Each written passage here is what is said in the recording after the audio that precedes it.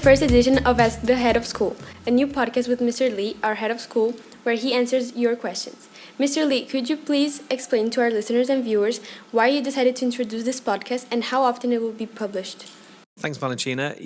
Hello, everybody. So those who have attended coffee mornings in the past, the parents will know that the coffee morning is normally every month. But I also know that not all parents can attend. They can't make it to the coffee morning. We try to change the days to try and make it more convenient, but it's always going to be the case. So listening to parents and some suggestions, some feedback from them, I decided to try a new approach of inviting parents to send in questions in advance. And then I promised to answer those questions during the coffee morning, but then also record this podcast to send out those questions and any additional questions to help people just to be more engaged in what we do, knowing that they can't always be here. I always say it's still much better to try and get into school for the coffee morning because there are still things that will be missed. But this is intended so that parents can watch at home or listen to it in the car and still know what's going on at school. And so we have had some questions, and I'm happy to try and answer them again now today. Thank you, Mr. So the first question given by the parents were, as the school just obtained the IB diploma, which is an amazing news, they would like to know if the school is going to offer more options from grade 9, including additional languages such as French. Thanks, Victoire. Yeah, we're very excited, very happy about the diploma program authorization. So that's for August this year. Language-wise, the question that was specifically asking about French, for example, French is one of the official IB languages, along with English and Spanish. But first of all, just say that no school is obliged to offer that particular language. All of the resources, the IB resources, are available in those three languages, and the school will do what it can to be as inclusive of those large language groups as much as we can in our practice. We here at St.Nicholas, we are committed to promoting and developing language development as much as possible and to be as inclusive as possible. But it's also within the scope of what the school is actually able to do. And now with the diploma, as we grow, as we get bigger and even better as a school, then we will be able to roll out even more languages and more provision. In the diploma next year, for example, we are able to offer what's called the school-supported self-taught Language A program. So it's where the student is learning the language more independently, but with support from school. And again, all within the realm and the scope of what the school is able to do. So we will be growing, we'll be expanding as we move forward. But all of this information is available in the language policy, which is on our website as well. So parents can take a look there if they're still unsure. Thank you, Mr. So also some parents would like to know, how does the school approach the issue of entrepreneurship? And so are there any incentives or any guidelines? Thanks, Francesca. Yeah, so at school we do a lot of work, as you'll know. You'll be able to tell parents as well that there are lots of things going on around school that could be linked to entrepreneurship. A lot of the work we do, of course, linked to student agency, thinking about others, so the action kind of work that we do, a lot of that requires a lot of planning, a lot of preparation. You have to think about the revenue generation, the money that you're then going to be able to donate, maybe the action that you're going to do as well. So it's the planning, the coordination, that collaboration that is so important. Specifically, the maths curriculum also covers a lot of these skills that then are transferable when we think about entrepreneurship, even if we're not actually offering kind of entrepreneurship as a subject. But then in terms of the IB program, we have things like the PYP exhibition, which is going on right now as we're recording. It's taking place this week.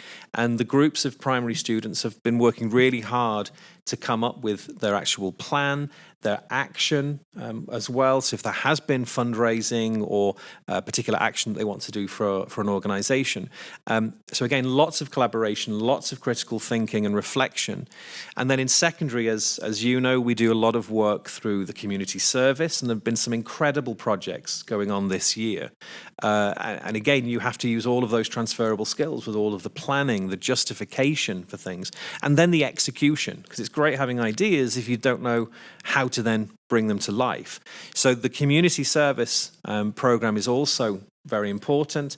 CAS in the diploma next year, and grade 10 now this year were our first personal project group, because the first grade 10. So the same kind of skills, same kind of practice, but very much on an individual basis, that personal aspect. I just wanted to let you know as well that just earlier this week, I actually received an email from somebody who's promoting a program through Harvard, and that's for students from grades 8 and up. And that is specifically about entrepreneurship. And so that's been passed on to Ms. Tessa, the University Guidance Counsellor. And she also helps to promote and encourage things like summer schools. So whenever information comes in like that, we will always try and share it and encourage you, if you're interested in all of those skills related to entrepreneurship, to access and take part in that. Thank you, Mr. Lee. As some may know, the new building is going to have a big library. How do you guys select the books that we're going to read, and who decides on the book? Thanks, Laetitia. Yeah, we can't wait for the new library, which will be right in the middle of the new secondary building when we open in August. And so the material that we provide, the books that we choose, the first thing to say, it's very much a collaborative process. Parents of children in primary will be used to a lot of online platforms that we use in addition to the original books. So platforms that they may be familiar with include Epic, Reading A to Z. We have a Portuguese program called Elefante Letrado.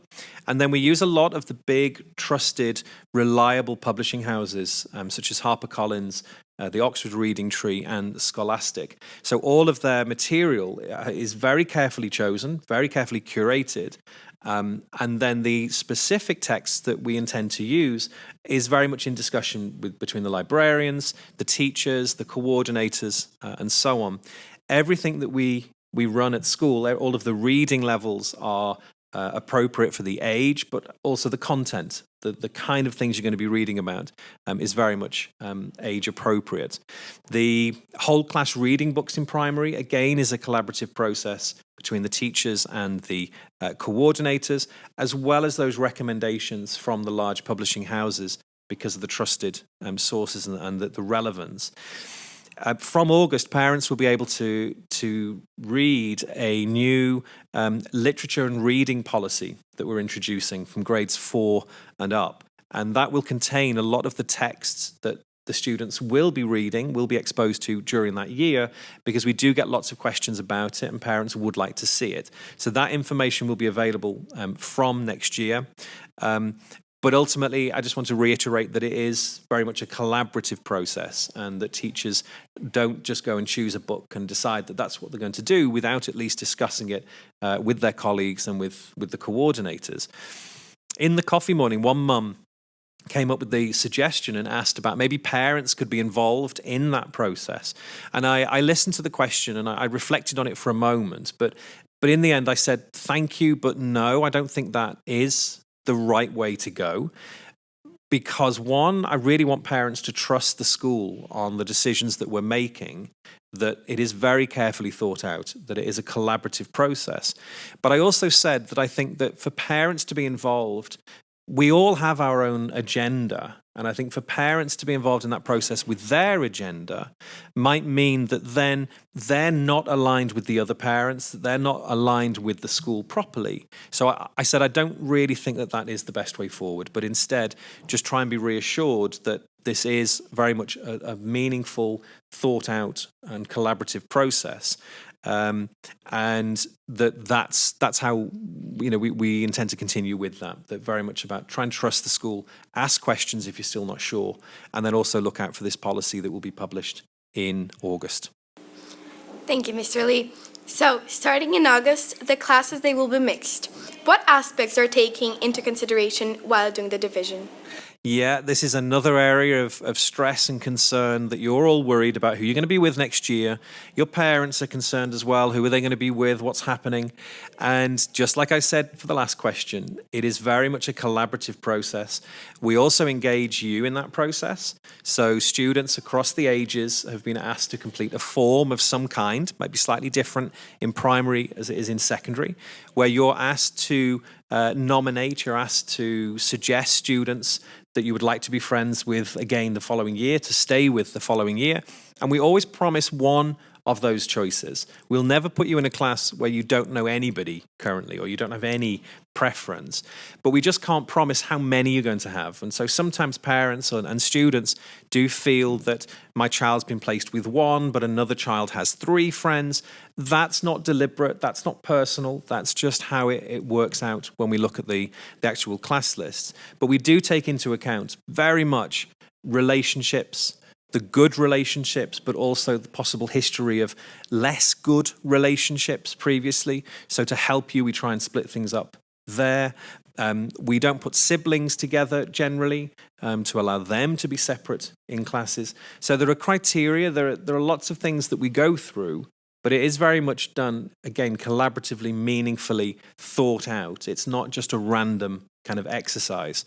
And so parents in primary also received a little bit more information about this, which really talks about the social and emotional well-being of students and all of that conversation that takes place between the teachers, the assistant teachers, our well-being team as well. They're all involved in these discussions to know who we believe you would work well with the following year.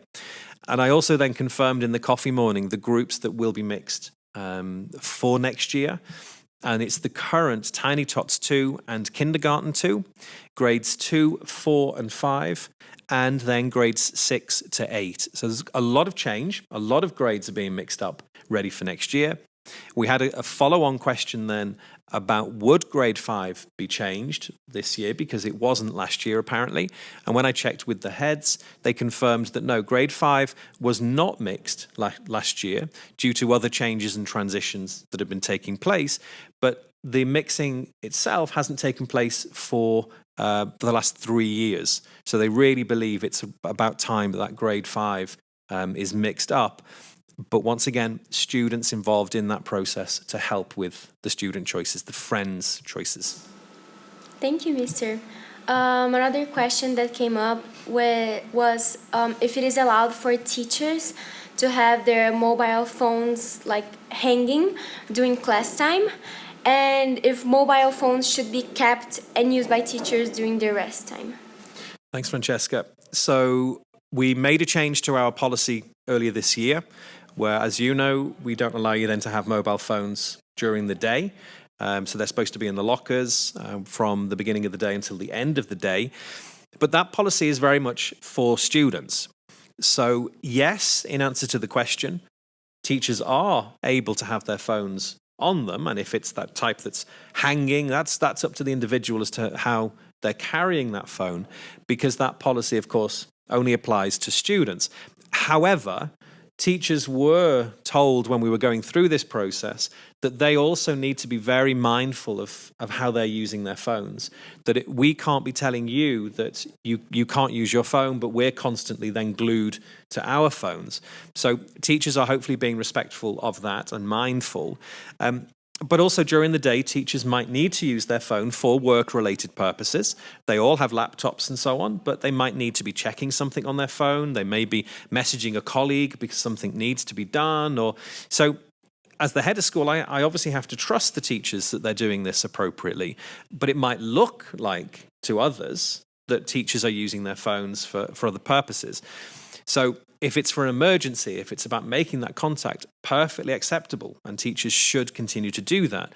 But if teachers are using their phone for more personal use, then of course that's a very different issue, and that was something that we would have to address later.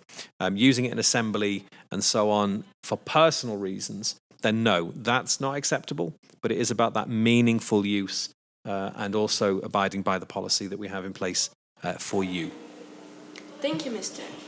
So another question that we had was, why is it allowed in grade 7 to buy tickets for a concert during class?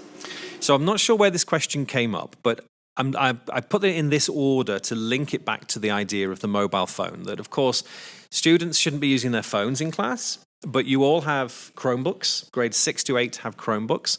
9 and up have their own devices. We don't stand over you kind of controlling everything you're doing on your Chromebooks. That's where we want to trust you, that you're using the devices appropriately, that the teacher's role is to monitor, is to supervise the use, but we can't constantly be looking and seeing what you're doing. And unfortunately, some students don't all adhere to the rules of what was expected. So in answer to the question, no, we don't want you to be booking tickets, holidays, shopping, anything else in school. And there will be consequences if we do find that students are not using their technology privileges appropriately. Thank you. So the next question is, kids that do not speak English often at school, what does the school try to do to encourage them to speak more English? A lot of work has gone into this over the last year or so to encourage all students of all ages to be speaking English at the appropriate levels, the appropriate times.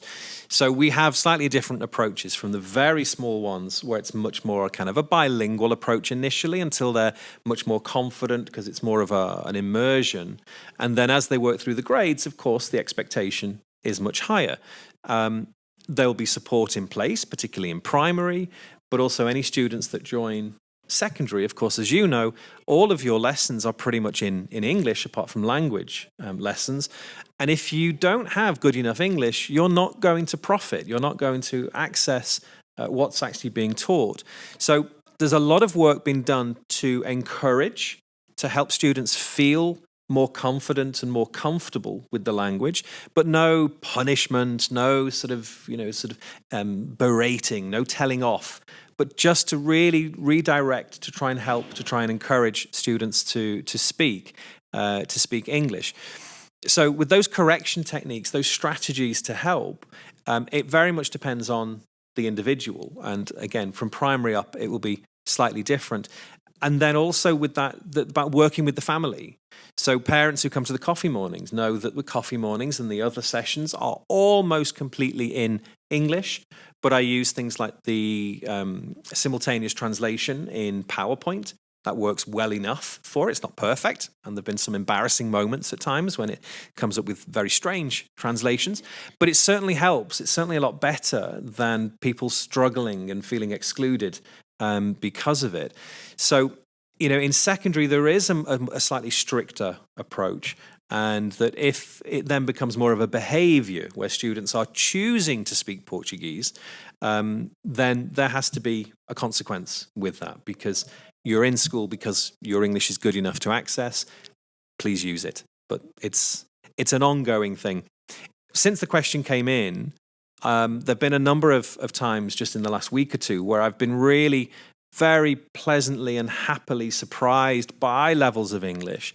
And I went to the grade 3 assembly recently, and listening to their English throughout the assembly was incredible. The interaction, it wasn't just memorization of a script. And it's moments like that I think are really important that we hang on to see the progress that's made, and to see grade 3 so confidently presenting and running through their play, which was brilliant, by the way, in English. It's those kind of moments we really have to hang on to and celebrate. Thank you. Another question that came by the parents is that they think that sports is not very strong at school, and they want to know if there are any intentions on improving it. So just like I said with the last question, I think there have been some incredible successes, some sporting successes, not just in the last year, but with our football teams, basketball. The PE team recently organised the Sports Festival, which was fantastic, the first event bringing in schools from around the area as well. We are in the process of building a new sports track and field behind us here at the back of school, and I'm hoping that will be ready sometime next term. Worst case, beginning of the second term, but we're hoping that something will be able to be launched next year. parents know as well that the promise that's been made is for a pool, bigger sports facilities over there where the temporary car park is at the moment. But unfortunately, I don't have a real time frame for that because that is a much bigger project. So there's all of these plans in place. But what we're currently doing, I think it's really important that we remember the difference between sports, competitive sports, and the PE, the physical education, or the PHE, as we call it here, that H with the health aspect as well. So more theory linked to it, not sort of just the competitive games. And so we had a Tuesday talk recently ran by the PE team that explained that process. You know that we have we have house competitions, which are mostly sport at the moment, but we're trying to expand that side as well to incorporate lots of other activities for house. And the PE team is very keen to try and expand. But I think the one point that I mentioned in the coffee morning as well is that we really need the commitment and the support from the students. The students, you really need to want it, and the PE team will deliver it because they've come up with lots of ideas over the years, but unfortunately there hasn't been the commitment there from some of the students because obviously we all have busy lives, we all do lots of lovely things outside of school, and the PE team were competing against that. So by all means, if they want more sports, the students really need to be engaged as well as much as possible. In the coffee morning, one mum commented that her daughter is involved in horse riding and at a professional level. And that reminded me that we have a number of students in school doing various sporting type things, and they're what we call federado. So they're actually in a professional level representing the state, possibly national kind of competitions. And the mum said that she feels very supported by the school for that. The student taking part in these events like this needs to make sure that they're staying on top of their studies. So they do have to be checking in with the teacher. We use Manage back here, so they have to do the work. But things like attendance, if we know that a student is federado, for example, that helps us with the attendance. We still record an absence, but we can put a mark down to say that you're doing something that is acceptable, that's a reason to be out of school. So we will always support that kind of involvement outside of school, and we just need students to also get on board and commit to those kind of events as well, and teams that we want to introduce at school. Okay, thank you, Mr. Lee. So for our final question, it was asked during the coffee morning by a parent. So, how does the school and teachers teach students about the advancement in technology, such as artificial intelligence? Yeah, this was a really good question, quite a timely question as well. You'll know that we do teach aspects of technology. We are working on expanding that. And one of the ways that we're doing that is we're currently we're advertising for a position, a technology integration position. So somebody who is a teacher who comes from a tech background and then can help us not only to sort of teach IT, to teach technology to the students, but to also work with the teachers to look at ways to incorporate, to integrate technology into the lessons. And that includes things like AI that lots of us are using from time to time, but do it in a meaningful way and do it in a way that is careful as well, and links to things like academic honesty and so on and so forth. So we are looking for somebody to do that in addition to what we're already doing. So I'm hoping that if we're able to make that appointment now before the end of the term, which of course is very soon, we'll be able to introduce even more provision for technology from next year moving forward. Okay, thank you, Mr. Lee. This was all of the questions. Parents, the next coffee morning will be on Monday, the 26th of August, at the beginning of the new term, and after the introduction meetings. Thank you to everyone who sent the questions in advance for this podcast. You were very encouraged to do the same ahead of the future coffee mornings. Mr. Lee will send out a community survey again at the end of the holiday, so please take some time to provide feedback on how you believe the school can improve over the course of the new year. Thank you to Mr. Souza and to Mr. Neto for helping us with our technology and microphones and supplies. Thank you everybody. all. Thank you. Thank you. Thank you.